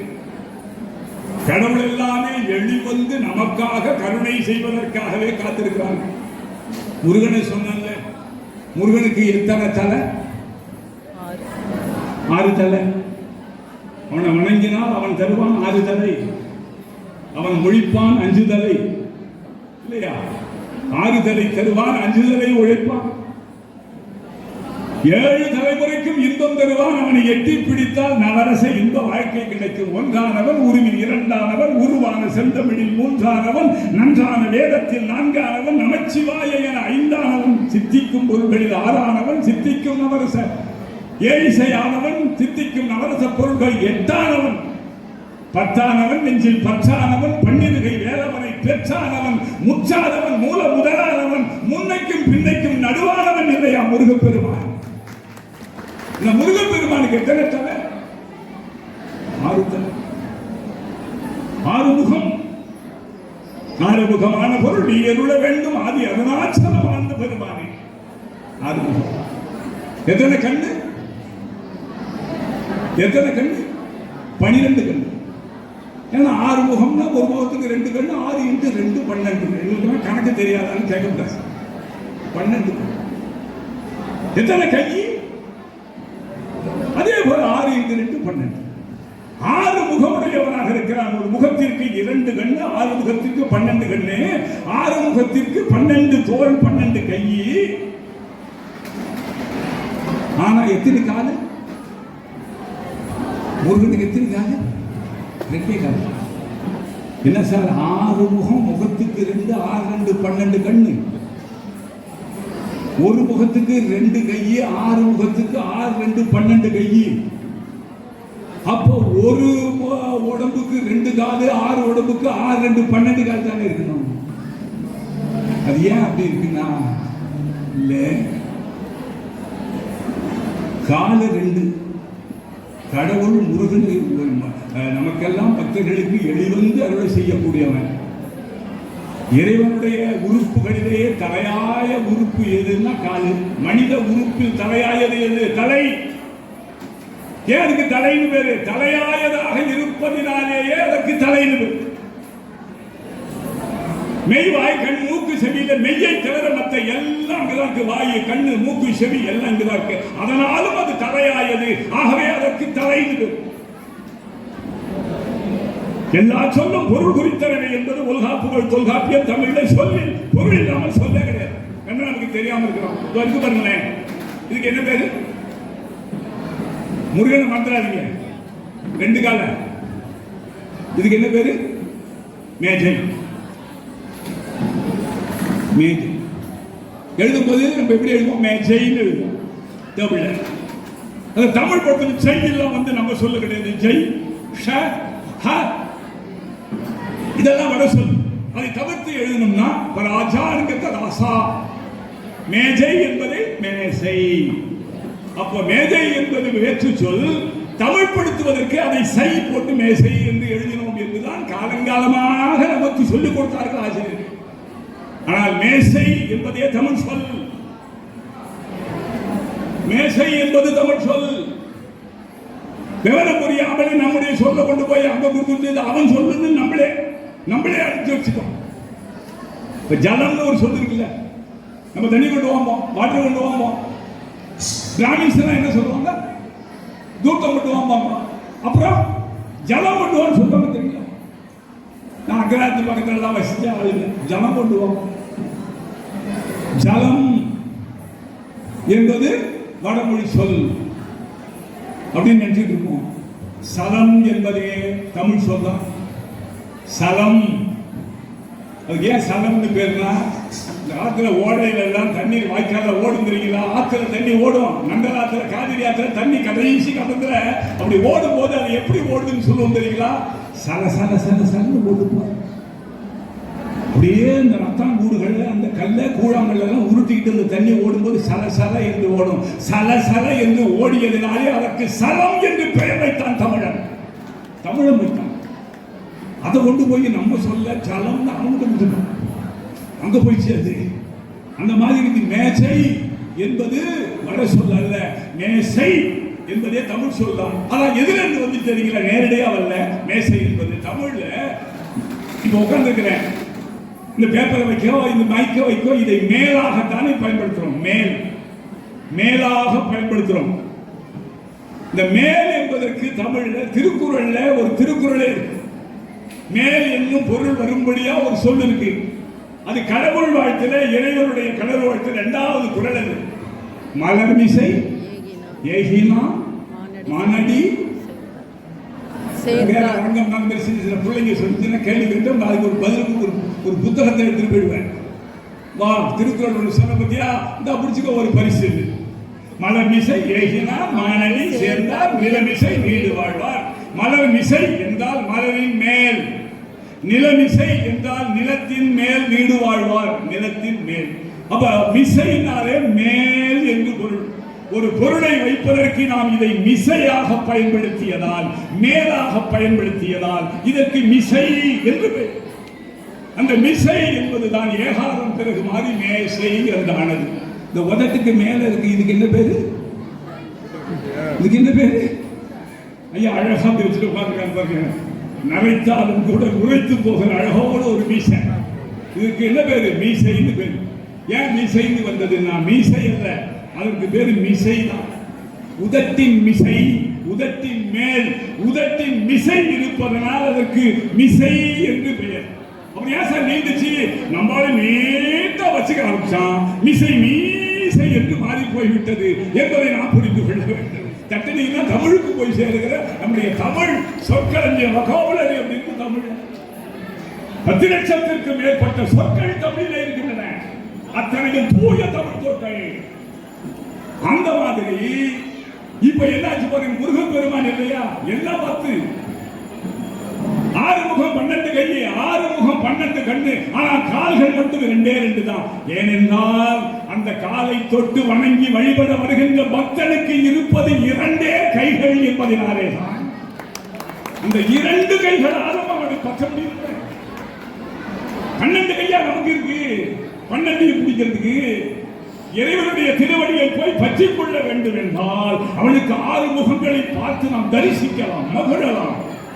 முத்தை தருவத்து திருநகை அத்திக்கரை சத்திச்சரவண முத்திக்கூறு வித்துக்கூறு வரை என ஓதும் முக்கட்பர வர்க்கு சுருதிக்கு முற்பட்டது கற்பி திருவரு 30 வர்க்கத்தவர்கள் அடிவேன 10 தலை சத்த கணிதொரு ஒற்றை கிரி வத்தை பொருதொரு பட்டப்பகல் வட்டத்துகளில் இரவாக 10 பேரிடத்தை கடவிய பச்சை புயல் வெச்ச தகவல் பச்சத்தோடு லட்சத்தொழுவதருளாலே தித்தித்தை ஒத்த பரிபரம் நிறுத்தப்பட வைத்து பயிரவை திக்கொக்க நிக்க கழுகுலம் கழுகால திக்கு பரியற்ற பயிரவ தொக்கு தொகுது சித்தற்ப உரித்து திரிகட என ஓத கொத்துப்பறை ஒட்ட கடமிசை குத்தி புதை பூக்கு பிடியது முதுகூகை கொப்புச்சலை நெற்பச்சவரை வெட்டி பழுவிட்டு குலகிரி குத்துப்பட ஒத்து போறவர பெருமாளே அப்படின்னு கால விழுந்து 2 கால பிடிச்சிருவாங்க. 2 கை தானப்பா மனுஷனுக்கு இருக்கு. ஆகவேதான் வெளிவந்த கடவுளாக இருக்கிற நம்முடைய கடவுளர்கள் எல்லாம் எத்தனை கை? அம்பிகைக்கு 8 கைகள். ஆனால் கால் 2 தான். 2 கைகளை உடைய இந்த மானுட வர்க்கம் ஓடி போய் ஆபத் சகாயனே ஆதியும் அந்தமும் இல்லாத அருந்தரும் சோதியாக இருந்தாலும் உன்னுடைய திருவடிகள் 2 தானே அப்பா. என் 2 கைகளால் அதனை பற்றிக் கொள்கிறேன். பற்றுக பற்றற்றான் பற்றினை பற்றுக அப்பற்றை பற்றுக பற்றுவிட. நீ பற்று விட வேண்டும் என்றால் பற்று இல்லாதவனை பற்ற வேண்டும். நீ ஆசை விட வேண்டும் என்றால் பேராசை பெருந்துன்பத்தில் இருந்து நீ விலக வேண்டும் என்றால் எவனுக்கு ஆசை இல்லையோ அவனுடைய திருவடிகளை பற்ற வேண்டும். வேண்டுதல் வேண்டாமை இலாம். கடவுள் மட்டும்தான் வேண்டுதல் வேண்டாமை இலாம். நம்பலாம் இருக்கலாம். தாய்மானவர் சொல்வார், தாய்மானவர் சொல்றாரு, ஒருத்தனுக்கு உலகமே கிடைக்குது, உலகமே கிடைக்குது, உலகமே கிடைச்சிருச்சு, நிம்மதியா இருக்க வேண்டியதானே? உலகத்தையே வந்தாங்க அலெக்சாண்டர், நிம்மதியா இருக்க வேண்டியதானே? தாய்மானவர் சுவாமிகள் சொல்றார், உலகமே கிடைக்கிறது என்றாலும் இந்த உலகத்தை நான் ஆழ்கிறேன், ஆனால் அந்த கடல் பகுதிகளை எல்லாம் ஆள முடியாமல் இருக்க அந்த கடல் மேலும் சென்று என் வீரத்தை காட்ட வேண்டும், அல்லது அங்க போய் ஒரு குடியிருப்பை ஏற்படுத்த வேண்டும் ஆசை வருமா? உலகமே கையில் இருந்தாலும் கடல் மீதும் ஆதிக்கம் செலுத்த வேண்டும் ஒரு ஆசை வரும். குபேரன் அளவுக்கு செல்வம் கொட்டி கிடக்குது. குபேரன் தானே பெரிய, என்ன பெரிய குபேரன் கேட்கிறோம். அவன் தான் நிதிபதி, நிதிபதிகளுக்கெல்லாம் அதிபதி.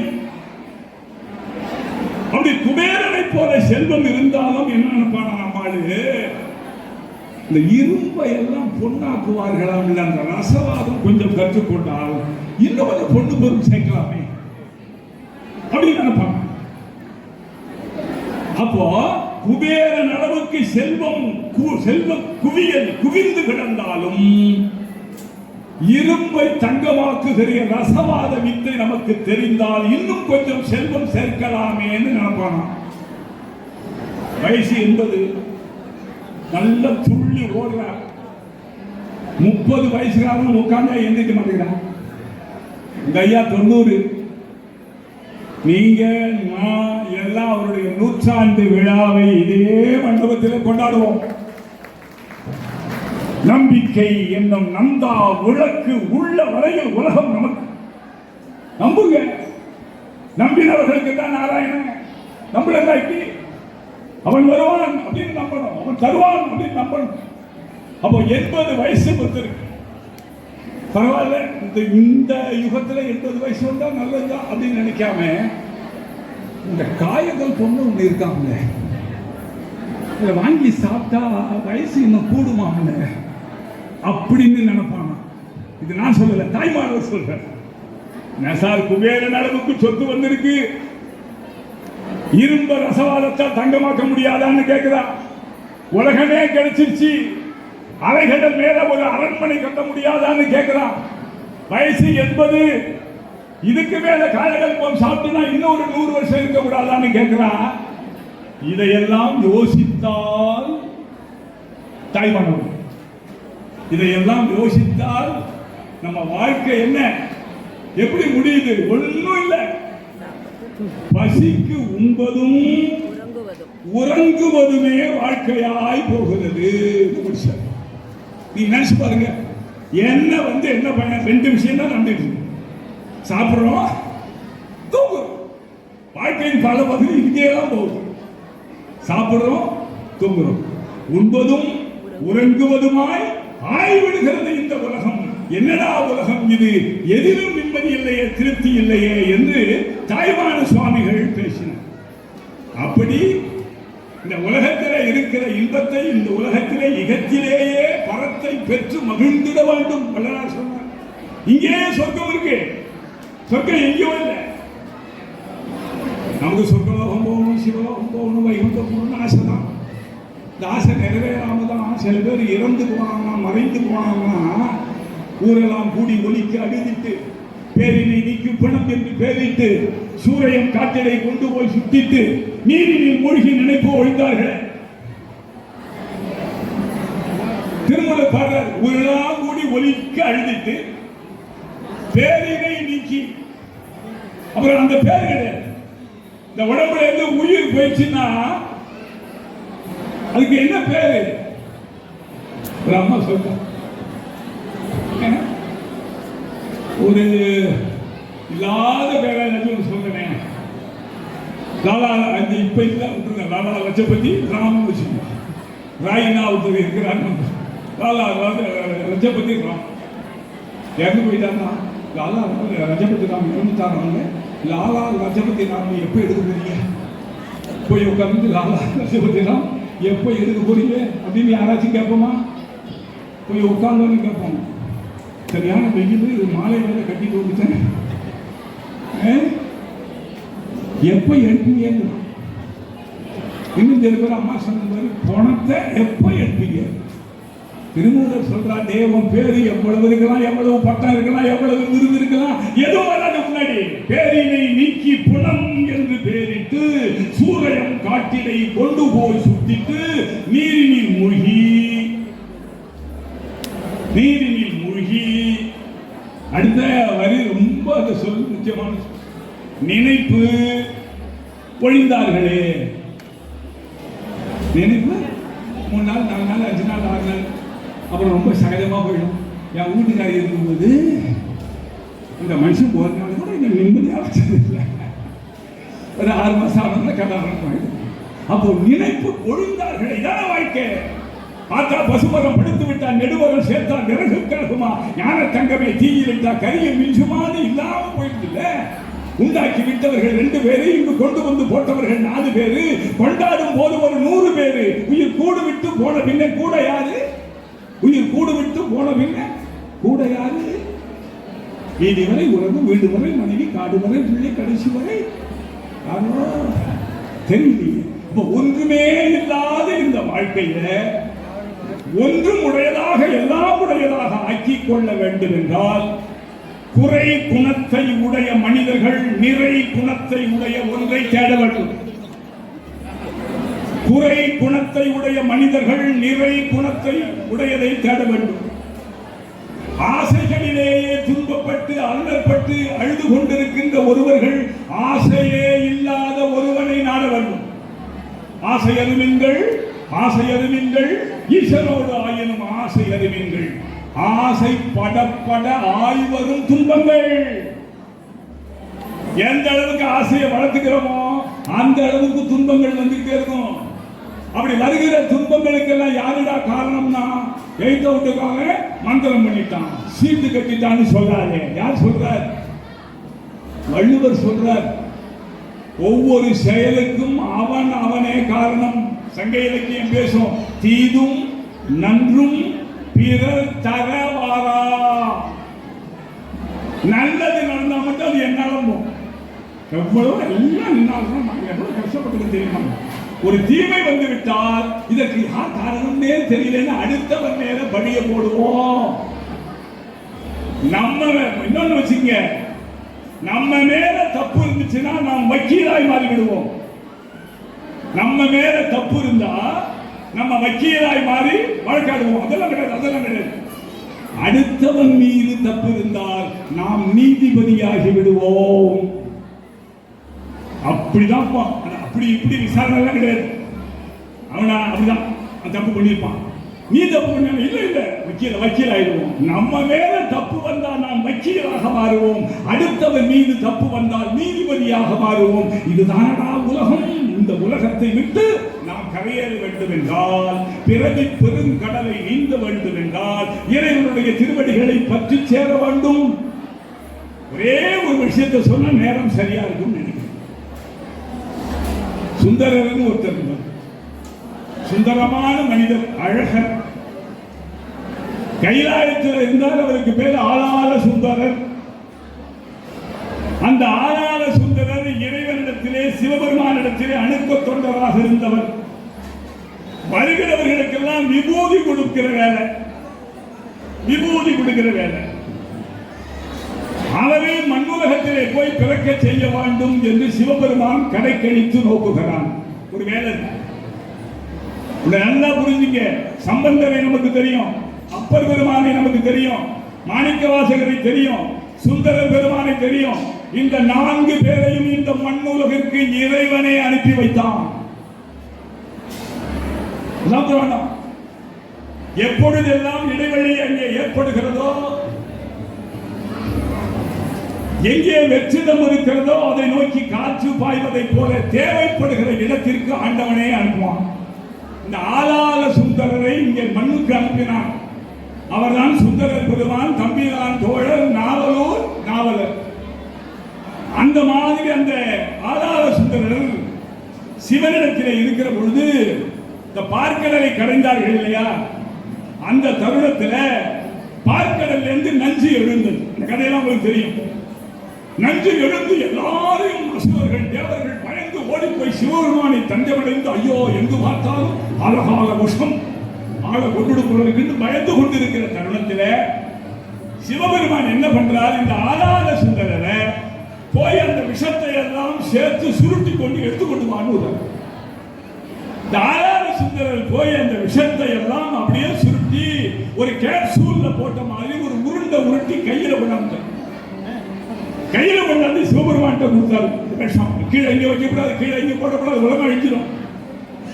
அப்ப எல்லாரையும் இந்த மண்ணையும் உன்னையும் காக்க வேண்டும் என்பதற்காக ஆக்கல் ஆக்கல் காத்தல் அழித்தல் மறைத்தல் அருளல் என்ற 5 தொழில்களை செய்கிற இறைவனாக இருக்கிற 5 எழுத்து நாயகன் அந்த ஆலகால விஷம் கண்ணே இருக்கு, விஷம் கரு விஷம் உருட்டி கொண்டாந்து கொடுக்கிறார். அந்த விஷத்தை கையில வாங்கி வாயில போட்டா சொல்லு. தேவி வந்து அப்படி கழுத்தை பிடிச்சாருக்கிறதெல்லாம் உங்களுக்கு தெரியும். இவ்வளவு பெரிய விஷத்தை இந்த மக்களுக்காக, இந்த மண்ணுலகத்துக்காக, விண்ணுலகத்துக்காக சாப்பிடுறீங்களே அப்படின்னு பிடிச்சா அது அங்கேயே நின்று போச்சு. அதனால்தான் திருநீல கண்டம் அங்கே நின்று போச்சு. சிவபெருமானுடைய இந்த இடத்துல கருமையா இன்னைக்கு இருக்கும்.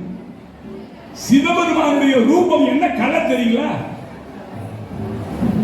என்ன கலர்? கர்ப்பா சேர்ப்பா. சிவபெருமான் செந்தழல் மேனியம்மா தழல் மாதிரி நெருப்பு சிவபெருமான்.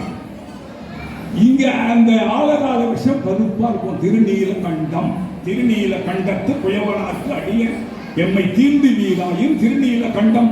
இந்த திருநீல கண்டம் கருப்பா இருக்கு, சிவப்பா இருக்கிற சிவபெருமானுடைய அந்த கண்டத்துல கருப்பா ஆலகால விஷம் இருக்கு.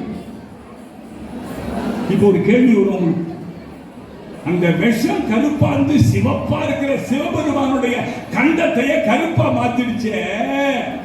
இந்த ஆளாள சுந்தர கையில எடுத்து வந்தாரு, அவர் கையை எப்படி என்ன கலர் ஆயிருக்கு? கணக்கு ரேந்து போயிருக்கும்ல, போச்சா? போகல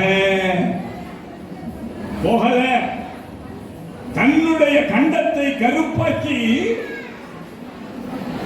எல்லாரையும் காப்பாற்றின சிவபெருமான் இந்த ஆளாள சுந்தரன் என்கிற என்னுடைய அடியார்கள், எனக்கு அடியார்கள் தானே பெருமைக்குரியவர்கள், அவர்களை தானே சிறப்பிக்கணும். அந்த அடியாருடைய கை இந்த திருப்பணியை செய்ததனால் கருத்து போகக்கூடாது என்று அந்த கருமையை அவருக்கு சேரவிடாமல் செய்தான் கருணை திலகமாக இருக்கிற நம்முடைய சிவபெருமான். அதனால்தான் கருணை மழை பொழியுமிரு கடைக்கநாடன் என்று அவர். அப்போ அந்த கருத்து அவரை போய் சேரவில்லை என்பதை பார்க்கிறோம். ஒரே ஒரு செய்தியை சொல்லி நான் நிறைவு செய்கிறேன். இங்கே சுந்தர பெருமான் தம்பிரான் தோழர் அதுபோல இந்த ஆளாள சுந்தரன் தான் மண்ணுலகத்துக்கு அனுப்பி வைக்கிறார். ஏன் அனுப்பி வச்சார்? ஆளாள சுந்தரா போ, இங்க கமலினி அனந்தி 2 பொருள் நீ போய் அங்க போய் ஆசீர்வதிச்சு உனக்கு அவர்களை அடைந்து வான்னு அனுப்பினார். அதுக்கு மட்டும் அனுப்பினார். ஏன் அனுப்பினார் தெரியுமா? இறைவன் ஒரு பெரிய எண்ணத்தோடு திருமூலர் சொல்வார்ல, என்னை நன்றாக இறைவன் படைத்தனன் தன்னை நன்றாக தமிழ் செய்யுமாறே. தமிழை நல்லா பண்ணிடான்னு சொல்லிதான் ஆண்டவன் என்ன அனுப்பிச்சு வச்சாங்க திருமூலர். இங்க என்ன தெரியுமா பண்ணா? எதுக்காக தெரியுமா அனுப்பிச்சு வச்சா? சிவபெருமான் இவ்வளவு நல்ல பாருங்க, மனசுல பதிய வைங்க. சுந்தரர் வரலாற்றுல பொன்னெழுத்துக்களால் பொறிக்கப்பட வேண்டிய செய்தி. ஏன் அனுப்பி வச்சான் தெரியுமா? கீழே போய் அந்த மண்ணுலகத்துல ஞான சம்பந்தர், தமிழ் ஞான சம்பந்தர் ஒருத்தர் வந்தார். 16,000 பாடல்களை பாடினார். மேல அவர் அப்பர் பெருமான் ஒருத்தர் வந்தார். 49,000 பாடல்களை பாடினார். மேல பார்க்கும்போது சொல்றது யாரு? சிவபெருமான் சொல்ற பாருங்க. 16,000 பாடல்களை ஞான சம்பந்த பெருமான் பாடினார். 49,000 பாடல்களை அப்பர் பெருமான் பாடினார். எல்லாம் என் மேல. ஆனால் என்னுடைய அடியார்கள் மேல யாருமே பாடவில்லை.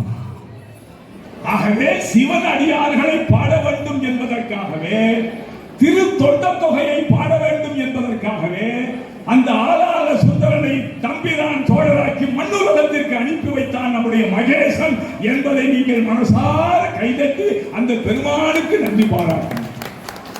மண்ணுலகத்தில் போய் அடியார்கள் பெருமையை பேசு.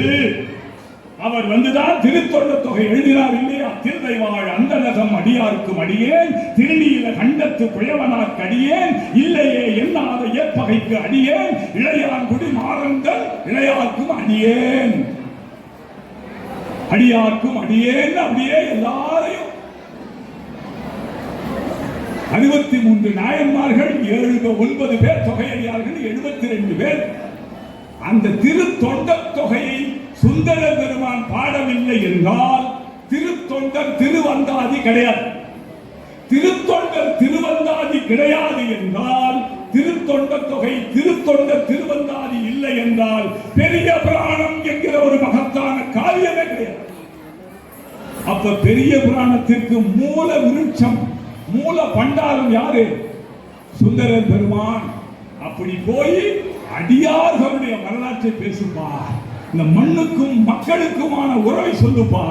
சாதி மத வேறுபாடுகள் இல்லாமல் அரசன், வணிகன், வேளாளன், கீழே இருக்கக்கூடியவன், உழைக்கிற வர்க்கம், மேலே இருக்கக்கூடிய வர்க்கம், எல்லாத்தையும் சேர்ந்த நல்லவர்களை எல்லாம் பற்றி பாடி இந்த மண்ணுக்கு சமத்துவத்தை கொண்டு வா என்கிற விதத்திலே கொண்டு வந்து காட்டிய அந்த அற்புத வரலாறு தான் பெரிய புராணத்தினுடைய வரலாறு. ஆகவே அவர் இங்கே அனுப்பி வைத்தார் என்பதை பார்க்கிறோம். அடியார்களை பாட வேண்டும் என்று சொல்லி அதுக்கு ஒரு வெண்பா கூட உண்டு. சொர்க்கோவும் தோணிபுர தோன்றலும் என் சுந்தரனும் சொல்லும் போதே ஒரு எவ்வளவு பெருமிதமா சொல்றான் பாருங்க. சொர்க்கோ நாவுக்கரசர், தோணிபுர தோன்றல் ஞான சம்பந்தர், என் சுந்தரனும், சிற்கோல மாதவூர் சிகாமணியும் தேசிகனும். சிற்கோல மாதவூர் தேசிகன் மாணிக்கவாசகன். இந்த 3 பேரும் முற்கோலி. வந்திலரே இந்த மண்ணுக்கு வரலன்னா திருநீர் எங்கே? மாமறை நூல் தான் எங்கே? இவ்வளவு எந்த பிரான் 5 எழுத்து எங்கே? இவர்கள்லாம் வந்து மந்திரமாவது நீர், வானவர் மேலது நீர், சுந்தரமாவது நீர், துதிக்கப்படுவது நீர், சேர்ந்துவர் வாய் உமை பங்கன் திரு ஆரவாயான் திருநீரே என்றும் ராவணன் மேலது நீர் என்றெல்லாம் பாடி பாடி திருநீற்று பெருமையை சொல்லவில்லை என்றால் இந்த மண்ணுக்கு தெரிஞ்சிருக்குமா? நம்ம நெத்தியில் எடுத்து பூசி இருப்போமா? நெத்தியில் மட்டுமல்ல, சைவ மக்கள் அறிவதில் புத்தியிலும் பூசி இருக்கிறோமே. அது யாரால? அவரால. அப்ப அந்த திருநீர் அவர்கள் இல்லைன்னா இல்லை, மாமறை நூல் திருமறை நூல்கள் அவங்க இல்லைன்னா இல்லை, அதே போல அந்த 5 எழுத்து பெருமை அவர்கள் இல்லைன்னா இல்லை என்று ஒரு வெண்பாவிலே, திருவெண்பாவிலே நம்முடைய மாபெரும் புலவர்கள் பாடியிருக்கிறார்கள் என்பதை இந்த மனத்திலே கொண்டு, எல்லாம் வல்லவனாக இருக்கிற சிவனன்றி அவனன்றி ஓரளவும் அசையாது, சிவனன்றி வேறெதுவும் நடவாது என்கிற உணர்வை புரிந்து கொண்டு, எல்லாமாக இருக்கிறவன் யாதொரு தெய்வம் கண்டீர் அத்தெய்வமாகி அங்கே மாதொரு பாகனாதாம் வருவார் சிவஞான சித்தியார். நீ எந்த தெய்வத்தை வேணாலும் கும்பிடு, அந்த தெய்வமாக வருகிறவன் சிவபெருமான் தான் என்கிற உணர்ச்சியோடு கும்பிடு, அந்த உணர்வோடு கும்பிடு. சிவன் தான் அங்க இருக்கிறான், வேறு வடிவத்திலே இருக்கிறான். அப்போ யாரொரு தெய்வத்தை கும்பிட்டாலும் அந்த தெய்வத்தின் வடிவத்தில் அங்கே வந்து எழுந்தருள்கிறவன் கண்டிப்பாக அந்த மாதொரு பாகன்தான், சிவன் தான், அவன் தான், வேறு எவன் தான் என்கிற உணர்வோடு சிவனை கும்பிடுவோம், சிவனை வணங்குவோம், சிவத்தை போற்றுவோம். சிவத்தை போற்றுவதை விட ஒரு தவத்தை நாம் செய்ய முடியாது. வேற ஒன்றும் போய் ஒரு முழையில் குகையில் கானகத்தில் தவம் செய்ய வேண்டிய அவசியம் இல்லை. நமச்சிவாய மந்திரத்தை சொல்லுகிற பொழுதே நான் யாருக்கும் எந்தவித தொந்தரவும் துயரமும் இடையூறும் துன்பமும் விளைக்க மாட்டேன் என்கிற உணர்வையும் சேர்த்து எண்ணிக்கொண்டே இறைவனை வணங்கினால் அந்த பக்குவப்பட்ட உள்ளத்திற்கு பரமேஸ்வரனுடைய அருள்கள் எல்லா பாவமும் பண்ணிட்டு கொடுமைகள் அத்தனையும் பண்ணிட்டு கும்பாபிஷேகம் பண்ணா ஒரு பிரயோஜனம். 10 கும்பாபிஷேகம் பண்ணியிருக்கேன் அப்படின்னா, ஆமா, அதுக்கு முன்னாடி 12 கொலை பண்ணியிருக்கேன். 12 கொலையை பண்ணிட்டு சட்டத்தின் சந்து பொந்துகளில் புகுந்து வெளியே வந்து விட்டேன்.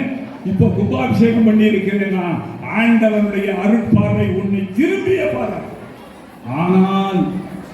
ஆனால் பசித்து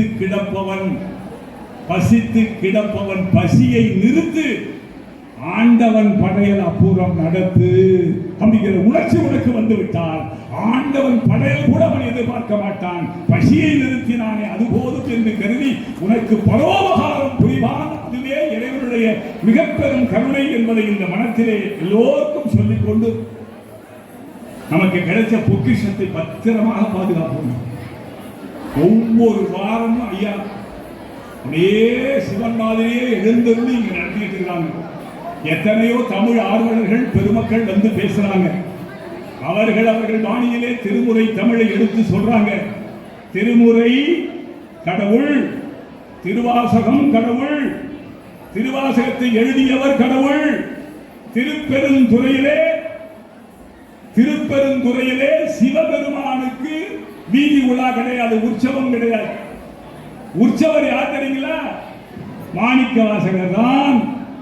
அவர் தான் வீதி உலா வருவார். சிவபெருமானுடைய விழா பெரிய அளவில் நடக்கும். ஆனால் வெளியே வருபவர் சிவன் அல்ல, மாணிக்க வாசகர் என்கிற அடியார் தான் வெளியே வருகிறார். ஆகவே சிவம் எல்லாமாக இருக்கிறது. அடியார்கள் சிவம், திருவாசகம் சிவம், பெரிய புராணம் சிவம், திருமுறை நூல்கள் எல்லாம் சிவம். அதனை கும்பிட்டு வணங்கி போற்றுவதே நாம் செய்யும் தவம் என்பதை இந்த தருணத்திலே சொல்லி அமைதியாக இருந்து கேட்ட பெருமக்கள், சார்ந்தவர்கள், தாய்மார்கள் எல்லோருக்கும் என்னுடைய நன்றியை சொல்லி முழு நேரம் வந்து உட்கார்ந்து ஐயா ஆறுமுகம் ஐயா இலக்கிய காவலர் நிறைய அவருடைய பணிகளை நான் பார்த்து கொண்டே இருக்கிறேன். நிறைய பண்ணிட்டு இருக்காங்க. இப்படி பெருமக்கள் எல்லாம் வந்து எழுந்தருடைய இந்த புண்ணிய திருவிழா மங்களகரமாக நிறைவாக வேண்டும் என்று இறைவனை வாழ்த்தி உங்களிடையே வந்து உயர்ந்தோட விளங்கி எங்களின் ஞானத்தை இருவகற்றும் ஆங்கவற்றும் மின்னே தனி ஆடி வெங்கதில் வந்து அடையது தன்னே இல்லாத தமிழ் வணக்கம் சொல்லி வாய்ப்புக்கு நன்றி கூறி விடுகிறேன். நன்றி, வணக்கம்.